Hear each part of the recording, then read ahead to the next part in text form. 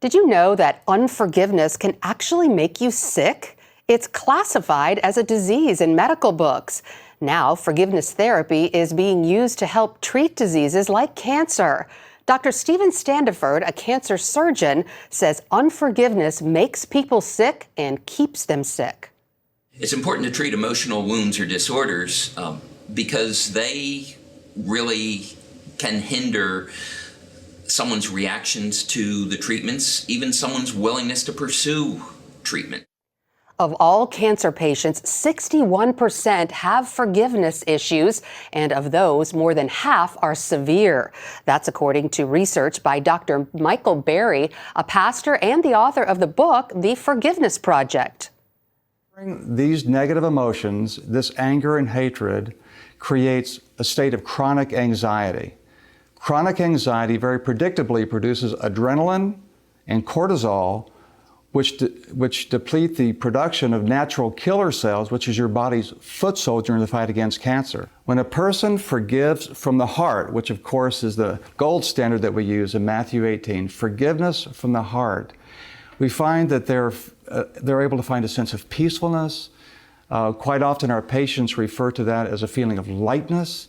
Lori, we don't realize what a burden anger and hatred is until we let it go. And the first step in forgiveness therapy is recognizing forgiveness is not the same thing as condoning what a person did, which is the major hurdle for most patients. Matthew chapter 18, starting at verse 21. It says, Then Peter came to him and asked, Lord, how often shall I forgive someone who sins against me? 7 times? No, not 7 times, Yahushua replied, but 70 times 7. All right, before I get started, I want to give all glory, honor, and praise to Yahweh, Bahashem, Yahushua, Bahashem, Rakar, Kodash. Double honors to the apostles and the elders at GMS. Peace, honor, respect to you brothers that's out there laboring, edifying, rightly dividing the word in truth and sincerity. And shalom to you believers out there, Dakim wa Akwath.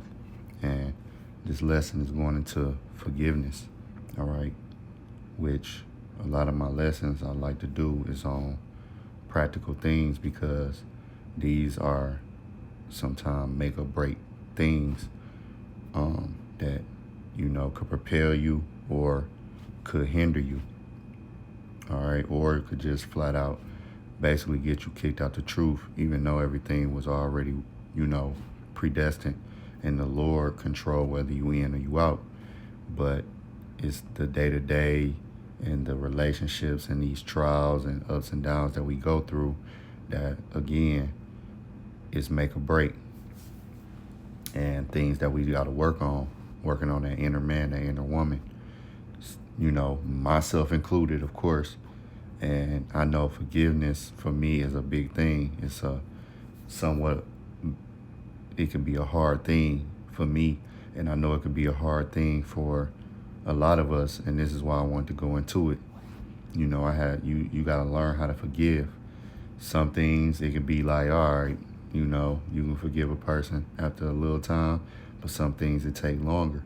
But nonetheless, especially when it comes to Israelite brothers and sisters, we got to learn how to forgive each other, okay? And that can go across to, other nations as well. Not saying like Esau going to be let off the hook for what he've done or other nations, these other heathen nations, but, on a practical level, you might have another nation that might have did you wrong in some type of way. And that's why I opened up with the video, because something told me, the Spirit told me basically, like, I just typed in on YouTube, like, what does forgiveness do to your body? Not only, because you always hear, like, when you forgive somebody, it's for yourself. And depending on the situation, that can just be hard to believe or hard to understand or hard to grasp. Like, man, because you like, man, that person did me wrong in this type of way. But something had me type that in, and it's so crazy that I found so much information. And it's a video. The video is like 30 minutes long. So, I haven't watched the whole video, but I'm going to link it in the description. And the guy, he be going really into how, stress and unforgiveness, how it affects your body versus when you forgive and not as stress and all those things. And, we got stress at our jobs. That's another killer, stress. Stress is linked to unforgiveness because it stress you out if you got to be around that person, or if you see that person, or you think about that situation. You see what I'm saying? So it's like, this is a real big thing amongst people, forgiveness. So let's just go into the parable, because this is a great parable. All right. It says, verse 21, you see the parable of the unforgiven debtor. And even, in prayer, it says, about forgiving our debtors. Matter of fact, let me just get it. In Matthew, what's that, 6? And I pray that daily. That's one of my prayers when I get up. So it tells us what? It said, and forgive our sins. Well, this is the NLT. Let me get the KJV.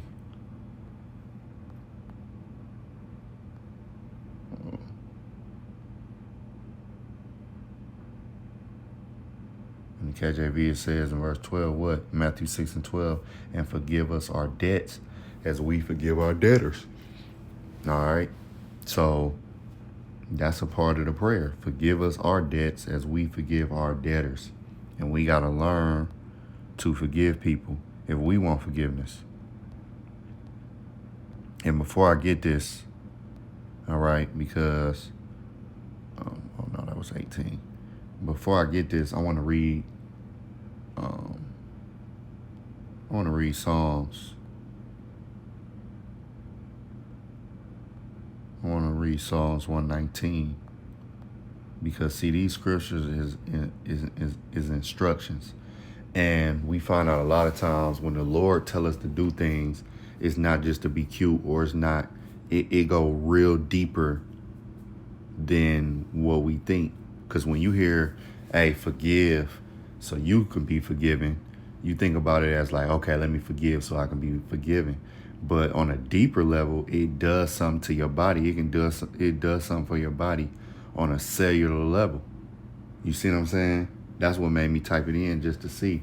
So when we got Psalms 109 and 104, right? It says what? Through thy precepts I get understanding. Therefore I hate every false way. Right. Through these precepts we're getting understanding.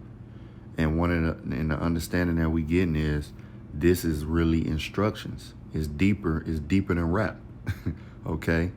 The Lord is saying, like, look, forgive your brother, because you want forgiveness, but it really does your body good. You see what I'm saying? Just like you don't understand everything in the law. Like, I remember when brothers brought out about the mixed fabrics. I didn't get that law, but it went deep. Like, how mixed fabrics lower your vibration versus 100%, like wearing 100% cotton or wool. And even wool is like, it raised the frequency, like it's deeper than what we think. So let's go back. And that's one thing I'm learning, like just following them instructions, man, because it go deep. And the Lord made us, and he made our bodies. That's why he gave us a dietary law. He gave us instructions. Like, so let me read this. Matthew 18. Whoa. Let's go back to the NLT.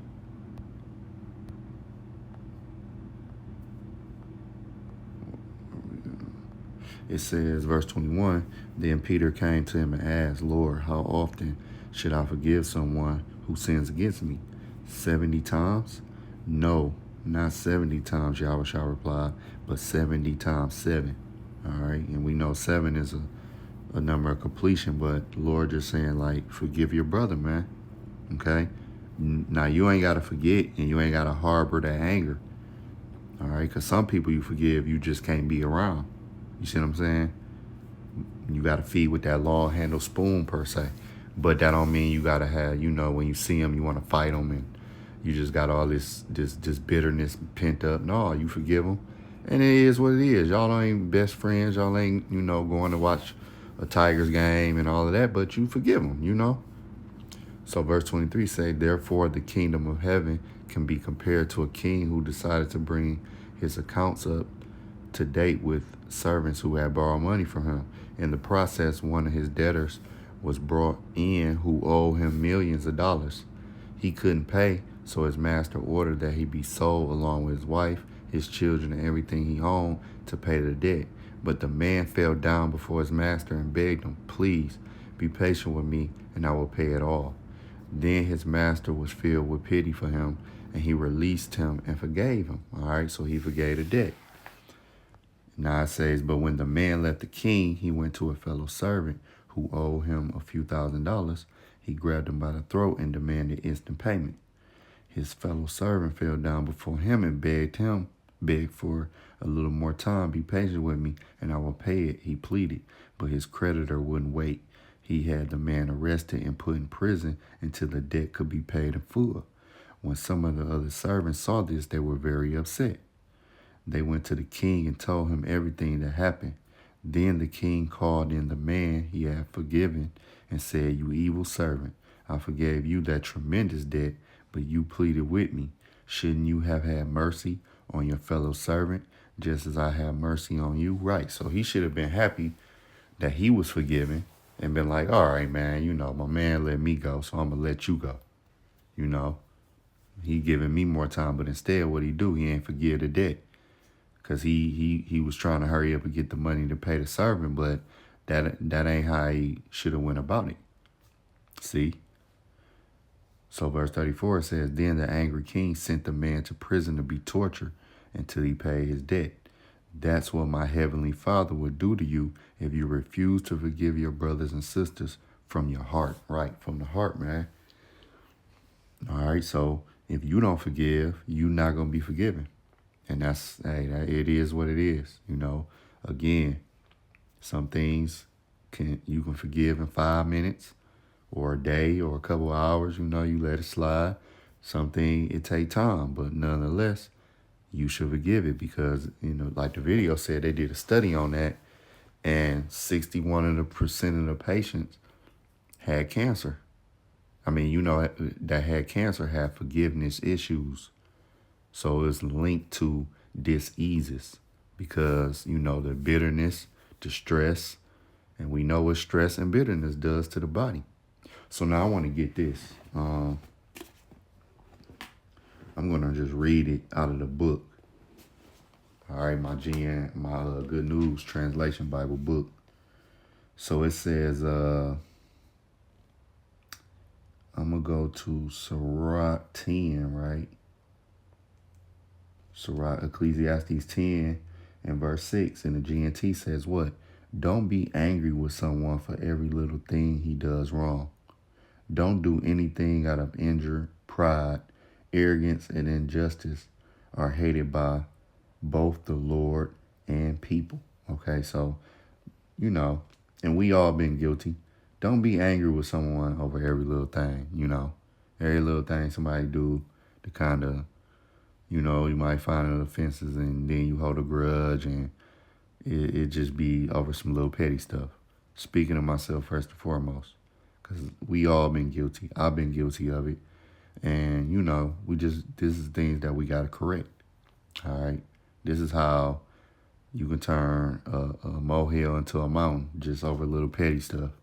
And now you mad and you get angry and you kind of get that person a cold shoulder or whatever it is. And now they mad at you and now y'all beefing and it's all over nothing. You see what I'm saying? These are instructions that's been given to us, man. Now I want to go to, I'm going to read this again in the G&T book. A little quick lesson I was thinking about. So,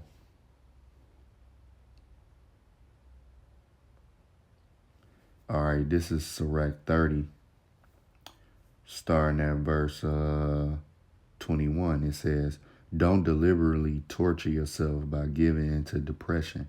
Happiness makes for a long life and makes it worth living. Enjoy yourself and be happy. Don't worry all the time. Worry never did anybody any good, and it has destroyed many people. It will make you old before your time, right? Stressing out, man. You know, you see somebody, 30 something with all these gray hairs. You know, gray hairs is a sign of wisdom, but still, a lot of that's due from stress. Or you might see somebody, and they young and they look older. Stress to do that to you. Besides give you diseases, it'll make you look older, man. And it can take you up out of here, basically saying before your time, even though you went at the, you go when you're supposed to go, but you know how we say, like, man, that stress killed them. You see what I'm saying? So the scriptures tell us, now every day ain't gonna be peaches and cream, and we in Babylon, and we already know, this wisdom make him a wise man, pressure make a wise man mad, but hey, we shouldn't be just mad all the damn time, Have a day where you laugh, enjoy yourself, sip a little yan, have some fun, man. Every day shouldn't just be doom and gloom, man. No, it shouldn't be like that. You know what I'm saying? It says, it will make you old before your time.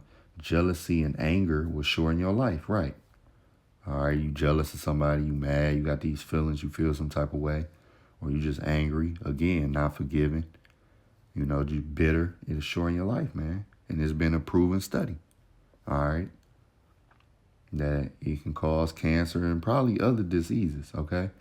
A cheerful person with a good attitude will have a good appetite and enjoy his food, right? Sometimes just sit back, man, and just, again, have a day, man. Just have a day where you just like, hey, man, forget it. I'm going to let it go. Sometimes we just got to let it go. And you know what? That's a part of letting this world go. It's letting all of that BS go that we got harbored up, man. Just let it go, man. You know what I'm saying? And it's easier said than done. But, hey, this is a part of working on that inner man. So, just something I was just thinking about. So, Lord willing, it was edifying to the next lesson. Shalom.